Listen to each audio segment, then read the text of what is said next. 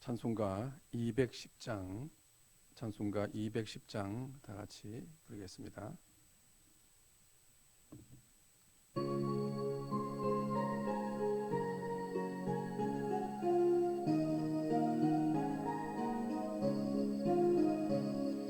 시온 성과 같은 교회, 그의 영광 한없다.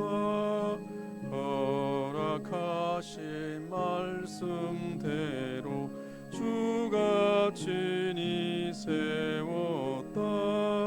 반석 위에 세운 교회, 흔들 자가 누구랴. 모든 원수의 와사도 아무 근심 없도다. 생명샘이 솟아나와 모든 성도 마시니 언제든지 흘러넘쳐 부족함이 없도다.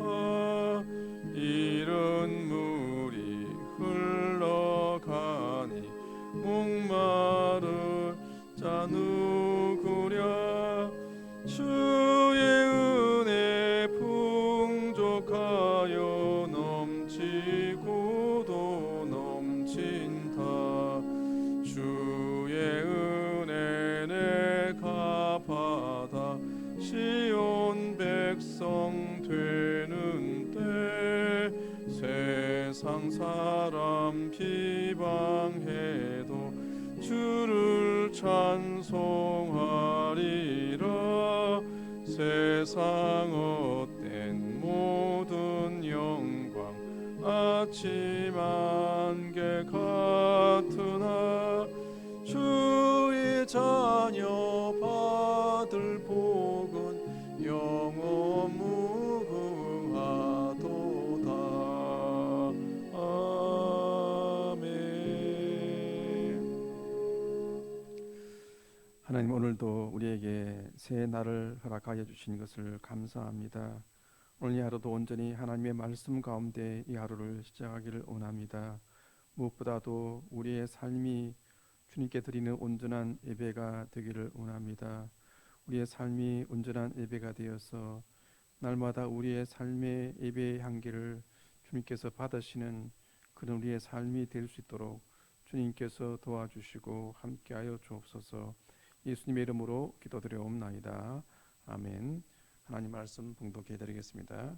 구약성경책 역대하 3장 1절부터 17절까지 말씀을 봉독해 드리겠습니다.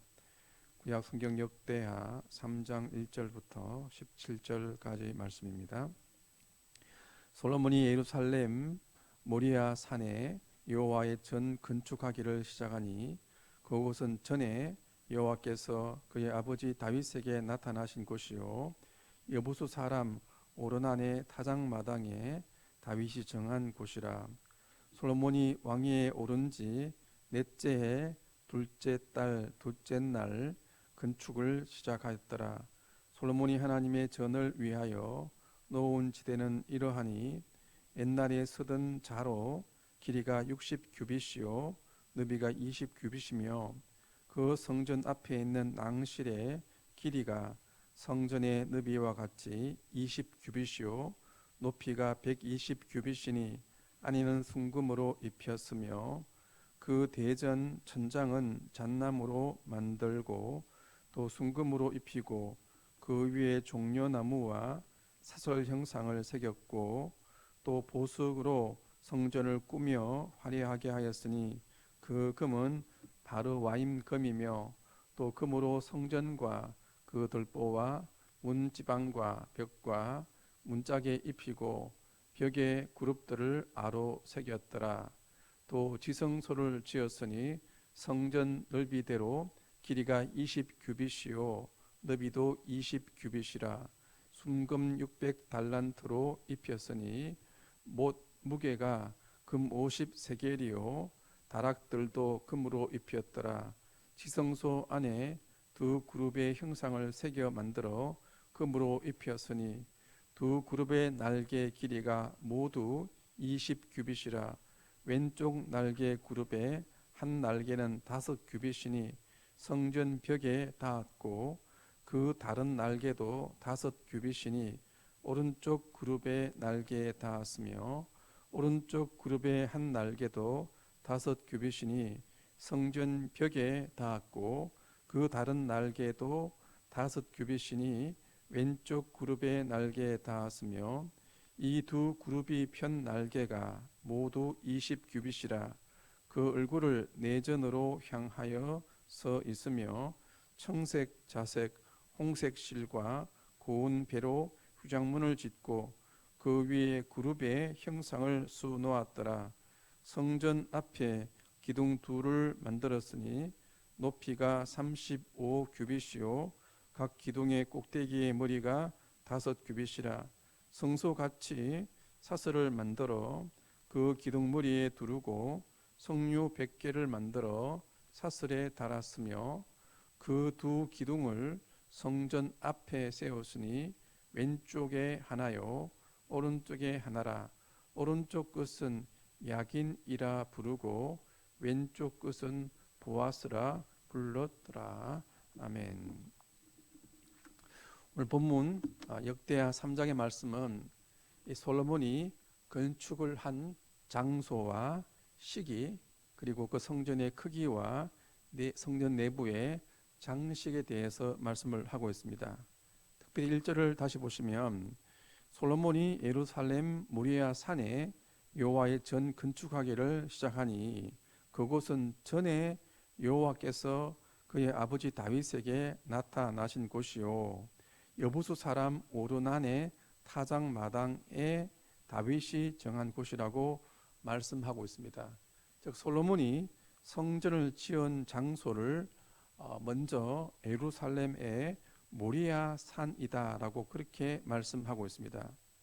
바로 그곳은 또 여호와께서 다윗에게 나타나신 곳이요 오르난의 타작 마당에서 다윗이 정한 곳이라고 그렇게 말씀을 하고 있습니다.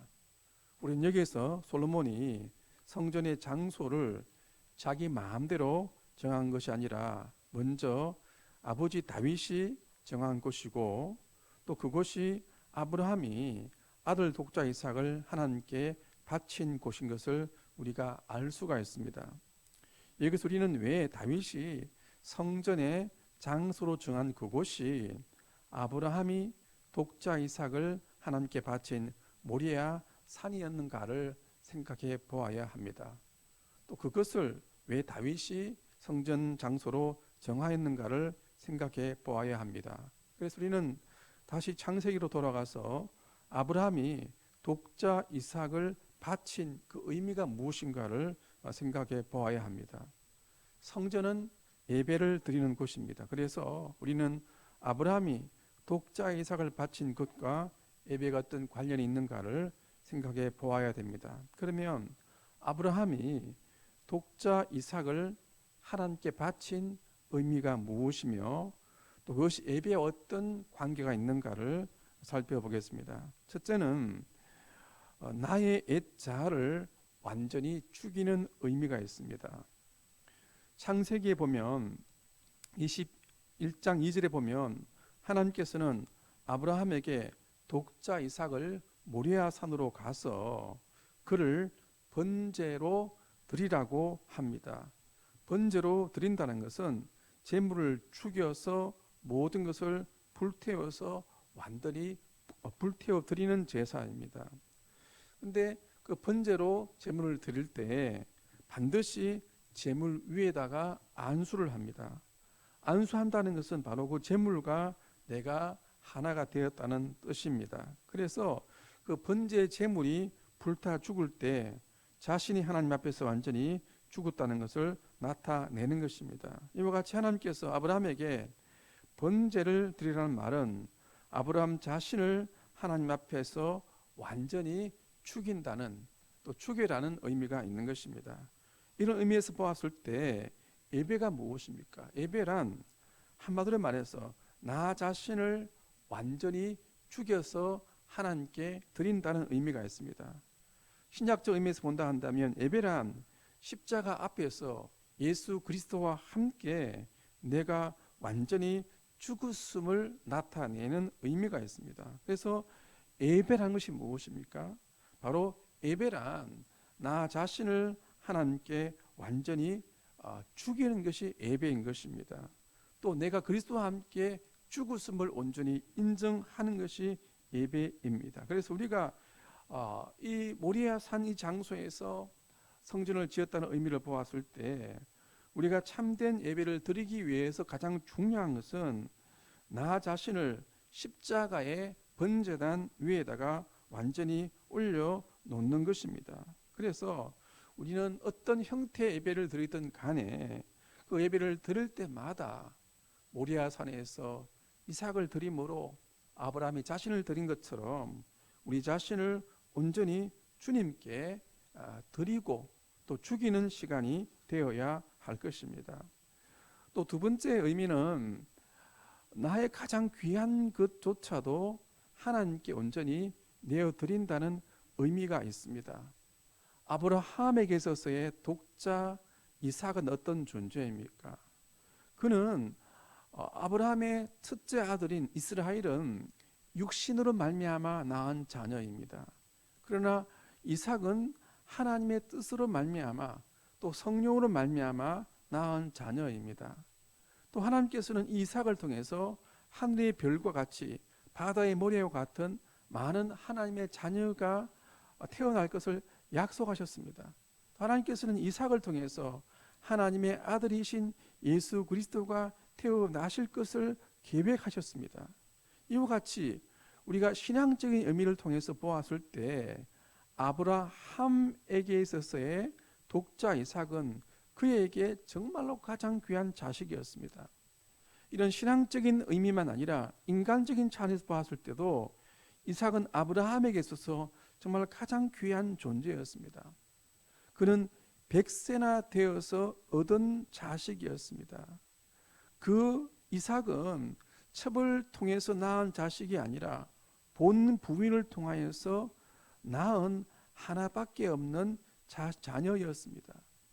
우리 아버지 입장에서 본다고 한다면 실제적으로 그 아들을 죽이라 하는 것보다도 자신이 죽는 것이 더 쉬웠을 것입니다. 그러니까 이삭은 인간적으로 보았을 때 아브라함에게 있어서 자신의 생명보다도 귀한 자녀인 것입니다.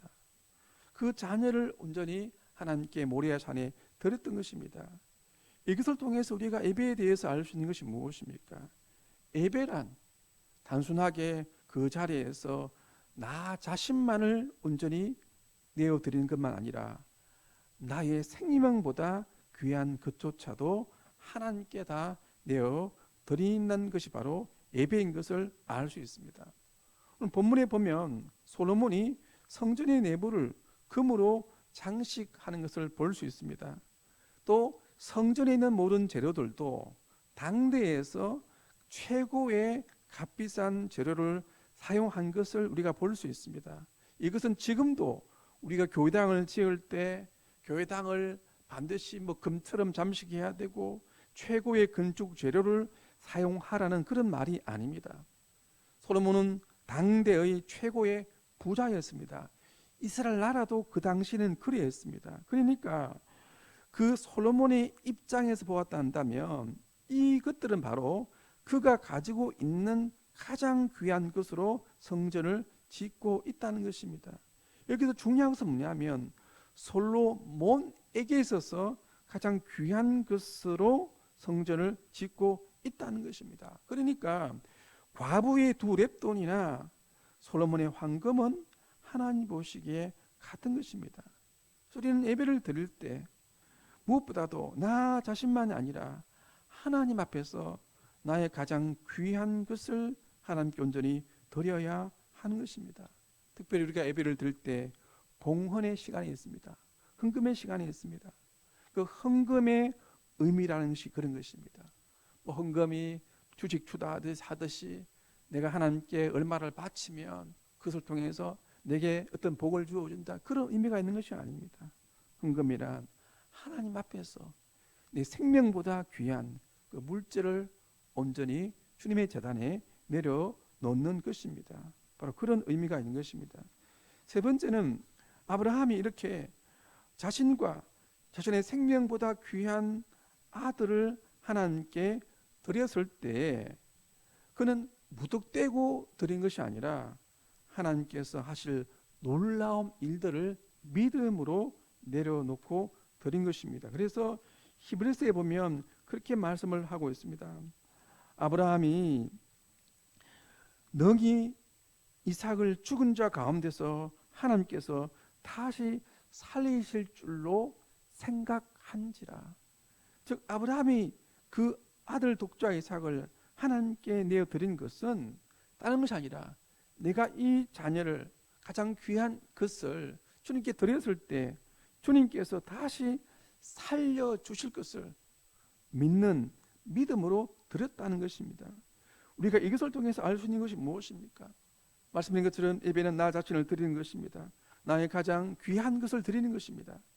이렇게 나 자신과 나의 가장 귀한 것을 하나님께 드릴 때 그냥 드리는 것이 아닌 것입니다. 그때 우리가 가져야 될 믿음이 무엇입니까?